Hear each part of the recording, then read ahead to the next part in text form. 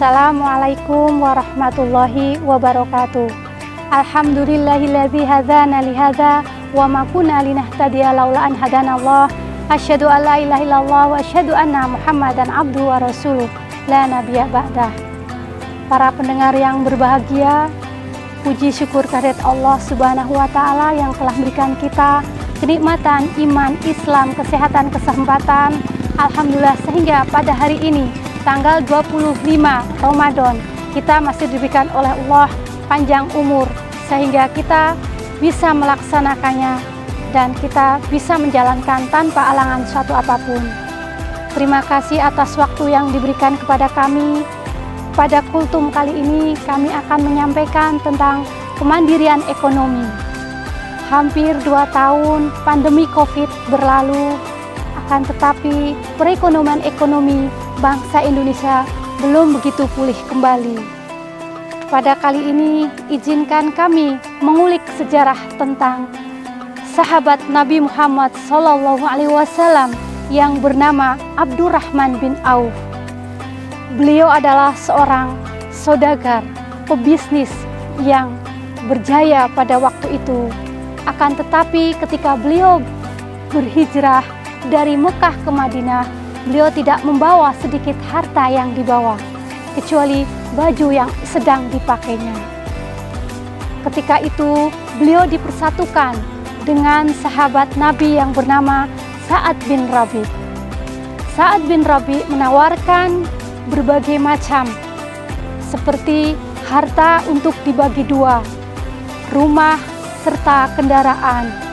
Akan tetapi Abdurrahman bin Auf tidak serta-merta menerimanya.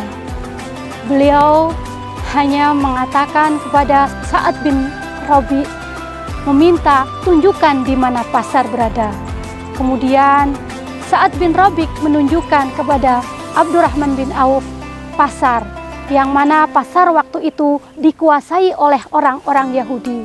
Akan tetapi Abdurrahman bin Auf diberikan lapak untuk berdagang oleh Sa'ad bin Rabi. Beliau tidak dimintai sewa, akan tetapi dia berbagi hasil dengan Sa'ad bin Rabi. Nah, bagaimana beliau bisa mengembangkan bisnisnya sehingga orang-orang Yahudi bisa terpatahkan ekonominya dan Abdurrahman bin Auf bisa menguasai pasar orang-orang Yahudi? Ternyata ada 3 yang dilakukan oleh Abdurrahman bin Auf. Yang pertama, beliau melakukan dengan cara yang jujur.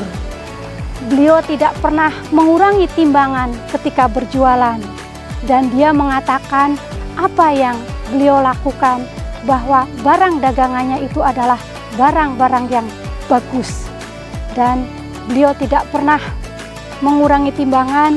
Justru beliau menambahkan ketika orang membeli dagangannya. Yang kedua, banyak melakukan sedekah dengan cara menambahi timbangan yang dijualnya, karena beliau berprinsip bahwa khairukum anfa'u linnas, sebaik-baik kalian adalah orang yang bisa memberikan manfaat kepada orang lain. Karena beliau berprinsip, apalah artinya kalau dia kaya sementara orang lain tidak bisa merayakan kekayaan yang dia milikinya. Yang ketiga, tabligh.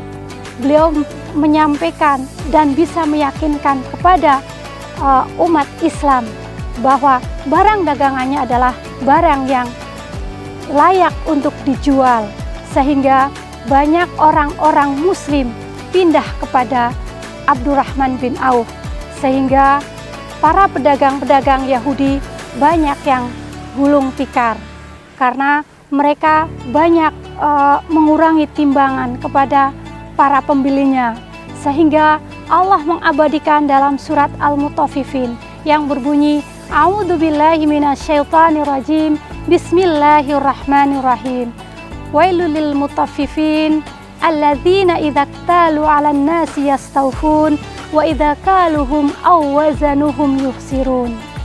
Celakalah orang yang berbuat curang, yaitu orang yang ketika membeli dia minta dilebihkan timbangannya, sementara ketika dia menimbang kepada orang lain, dia mengurangi timbangannya. Demikian tadi perekonomian yang orang-orang Yahudi bisa dikalahkan dengan kedatangan Abdurrahman bin Auf. Demikian yang saya sampaikan, pilar-pilar ekonomi agar bisa berkembang kembali dan perekonomian kembali bisa meningkat seperti sedia kala. Demikian apa yang saya sampaikan, kurang lebihnya mohon maaf. Wabillahi taufiq wal hidayah. Assalamualaikum warahmatullahi wabarakatuh.